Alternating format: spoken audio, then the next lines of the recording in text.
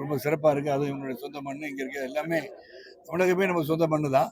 ஆனால் இங்கே வரும்போது ஒரு ஒரு முக்கியத்துவம் என்னன்னா, இங்கே பொன்ராம் இருக்கிற ஊர், அது இந்த இயக்குனர் இருக்கிற ஊர், இந்த படத்துக்காக வந்திருக்கனால அதை பற்றி பேசும்போது பொன்ராமுடைய இயக்கத்தில் நடிப்பது எனக்கு பெருமையாக இருந்தது.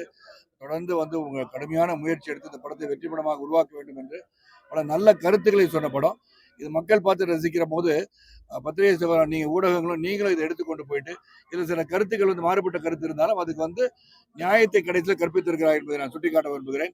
அந்த நியாயத்தை பார்க்கணும். அந்த நியாயத்தை பார்த்து பல படங்கள் வந்திருக்கு. புஷ்பா 1, புஷ்பா 2லாம் செம்பரம் கடத்தெல்லாம் வந்து பெரிய லெவலில் கலெக்ஷன் ஆயிருக்கு.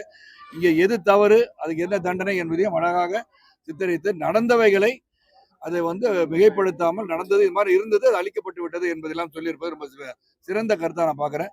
அதில் வந்து என் மூலியமா கருத்தை சொல்லணும்னு நினைச்சது வந்து ரொம்ப சந்தோஷம். ஏன்னா நான் காஞ்சனா நடிக்கும் போது திருநங்கைகளுடைய பிரச்சனைகளை வந்து எடுத்து சொல்வதற்கு லாரன்ஸை கேட்கும்போது, ஆனால் நீங்கள் சொன்னால் நல்லா இருக்கும், அது மக்கள் வந்து விழிப்பாக கேட்பாங்க அப்படின்ற மாதிரியும், டூட் படத்தில் ஆனர் கில்லிங், அதாவது ஜாதி கொலைகள் நடக்கக்கூடாது அப்படின்னு சொல்றதுக்கு என்னை வந்து மையப்படுத்தி நான் வந்து வருத்தம் தெரிவித்து ஜெயிலுக்கு போற மாதிரி ஒரு காட்சி இருந்தது.